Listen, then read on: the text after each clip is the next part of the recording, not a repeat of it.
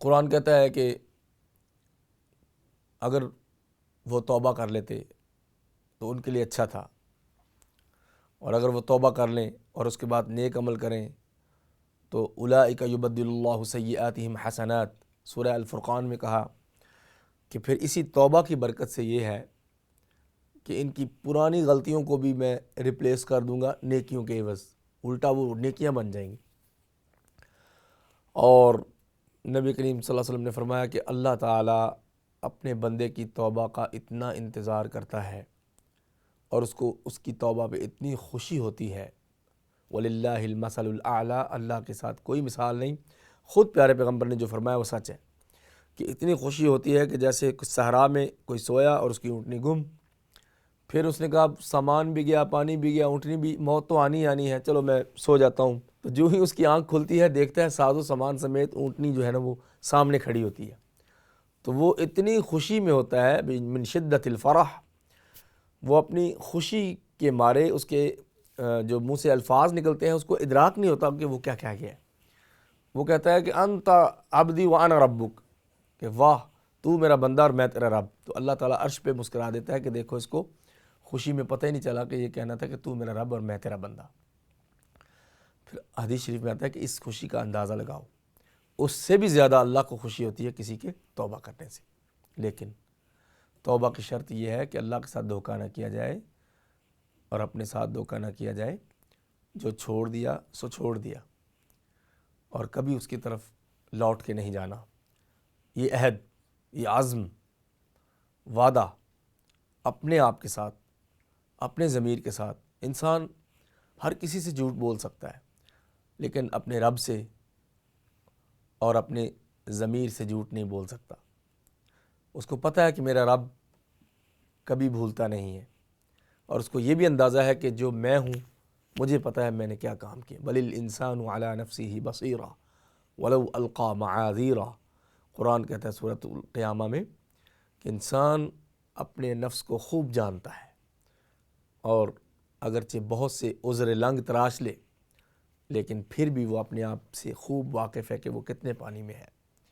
لہٰذا توبہ کا دروازہ تب تک کھلا ہے جب تک سورج مغرب سے طلوع نہیں ہو جاتا، اس کے بعد توبہ قبول نہیں ہوگی۔ اور یتوبوا الی اللہ جمیعا ایھا المؤمنون، اے مومنو سارے مل کے اللہ سے توبہ کر لو، سارے مل کے بھی توبہ کر سکتے ہیں۔ توبہ کا جو انجام ہے وہ اچھا ہے اور ضد کا انجام برا ہے۔ حضرت آدم نے توبہ کی، بندگی نصیب ہوئی، شیطان نے ضد کی تو ذلت نصیب ہوئی۔ تکبر عزازیل را خار کرد، در زندان لعنت گرفتار کرد۔ حضرت سعدی نے کہا نا کہ تکبر نے عزازیل یعنی شیطان کو ذلیل و خوار کر کے رکھ دیا اور اس کو لعنت کے زندہ میں بند کروا دیا۔ اگر وہ اس وقت مان لیتا کہ اللہ مجھ سے غلطی ہوئی ہے میں توبہ کرتا ہوں تو اللہ اس کو فرشتوں کا سردار بناتے، لیکن اس کے اندر شیطنت تھی، آدمیت نہیں تھی۔ اسی طرح استغفار جو ہے وہ اس کی اتنی فضیلت ہے کہ وہ بہت لمبا چیپٹر ہے۔ قرآن کہتا ہے کہ حضرت نوح علیہ السلام نے لمبی مدت اپنی قوم کو تبلیغ کی، 950 سال، پھر بھی قوم نہیں سدھری، پھر بھی وہ نا امید نہیں ہوئے، اور فرماتے ہیں فَقُلْتُ اسْتَغْفِرُوا رَبَّكُمْ إِنَّهُ كَانَ غَفَّارًا يُرْسِلِ السَّمَاءَ عَلَيْكُمْ مِدْرَارًا وَيُمْدِدْكُمْ بِأَمْوَالٍ وَبَنِينَ وَيَجْعَلْ لَكُمْ جَنَّاتٍ وَيَجْعَلْ لَكُمْ أَنْهَارًا مَا لَكُمْ لَا تَرْجُونَ لِلَّهِ وَقَارًا، کہ میں نے اپنی قوم سے بالآخر کہا کہ اپنے رب کی طرف استغفار کرو۔ یرسل السماء علیکم مدرارا، وہ آسمان سے موسلا دھار پانی آپ کو دے دے گا، کیونکہ ان کے علاقے میں دریا نہیں تھا تو موسلا دھار پانی آپ کو دے دے گا۔ وَيُمْدِدْكُمْ بِأَمْوَالٍ وَبَنِينَ، اور بہت سے مال دے دے گا اور بیٹے دے دے گا اور باغات بھر دے گا جس کے سے تم کھاؤ پیو گے اور صحت مند ہو جاؤ گے، پھر تمہاری اولادیں ہوں گی، مال ملیں گے۔ لیکن قوم نہیں سمجھی، پھر انہوں نے آخر میں کہا مَا لَكُمْ لَا تَرْجُونَ لِلَّهِ وَقَارًا، اگر تم استغفار کرنے کو تیار نہیں تو گویا تم اللہ کا وقار کرنے کو تیار نہیں۔ تو استغفار اللہ کا وقار ہے، استغفار اللہ کی عزت ہے، استغفار اللہ کی توفیق ہے۔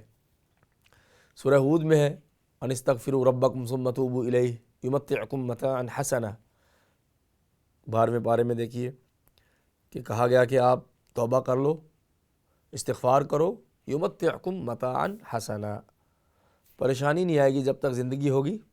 اللہ خوب نعمتوں سے نوازے گا استغفار کی برکت سے، ذہنی پریشانیوں سے بھی بچائے گا، جسمانی سے بھی اور مالی سے بھی، یہ استغفار ہے۔ اور نبی کریم صلی اللہ علیہ وسلم کی حدیث ہے مسند احمد میں، من لزم الاستغفار جعل اللہ له من كل ضیق مخرجا ومن كل ہم فرجا ورزقہ من حیث لا يحتسب، کہ جو استغفار کو لازم پکڑ لیتا ہے، اس کا ہیبیچول ہو جاتا ہے، عادی ہو جاتا ہے، اللہ پاک اس کو ہر تنگی سے کشادگی کا راستہ دیتے ہیں، ہر غم سے نجات دیتے ہیں، اور وہاں سے اس کو رزق دیتے ہیں جہاں اس کا گمان بھی نہیں پہنچ سکتا، اس کی سوچ بھی جہاں نہیں پہنچ سکتی، وہاں سے اس کو رزق ملتا ہے استغفار کی برکت سے۔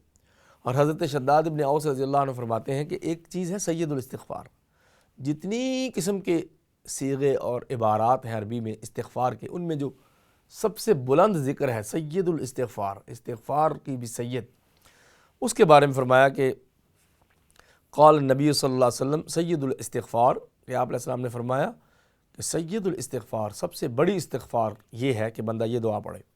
اللہم انت ربی لا الہ الا انت خلقتنی وانا عبدک وانا علی عہدک ووعدک ما استطعت، اے اللہ آپ کے سوا کوئی الہ نہیں اور آپ میرے رب ہیں، آپ نے مجھے پیدا کیا ہے اور میں آپ کا بندہ ہوں، اور میں اس عہد پہ قائم ہوں اور اس وعدے پہ پابند ہوں جہاں تک میری استطاعت ہے، اعوذ بک من شر ما صنعت، جو میرے سے برے افعال سرزد ہوئے میں ان سے آپ کی پناہ میں آتا ہوں، ابوء لک بنعمتک علیہ، اور یہ اقرار کرتا ہوں کہ آپ کی نعمت ہے مجھ پہ، وابوء لک بذنبی، اور میں اپنے گناہوں کا بھی اعتراف کرتا ہوں، فاغفر لی، جب میں اتنا اعتراف کر رہا ہوں اللہ مجھے معاف کر دیں،